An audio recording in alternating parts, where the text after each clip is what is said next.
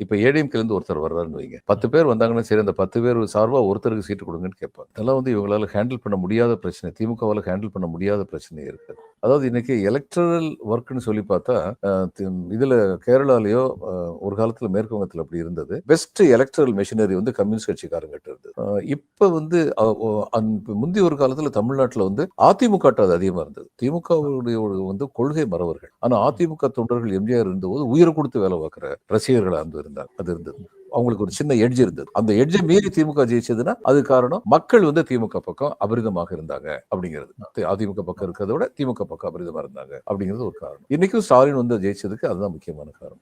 மறுபடியும் வந்து இந்த எலெக்ஷன் சொல்லி வரும்போது அதிமுகல இருந்து மன வேறுபாடு இந்த மாதிரி காரணங்களாக யாராவது பிரிஞ்சு வந்தா அவங்க ஒண்ணும் அதிமுகல பாதியை கொண்டு வந்துட போறதில்ல. அதனால அவங்களுடைய இல்ல. பலத்துக்கு தகுந்தபடி ஆனா அவங்க அதிமுக வீக்கன் பண்ணுவாங்க, பலவீனப்படுத்துவாங்க. அதனால அவர்களுடைய பலத்துக்கு தகுந்தபடி ஒரு சீட்டோ 2 சீட்டோ அந்த மாதிரி ஆட்களுக்கு வந்து போய் சேரலாம்.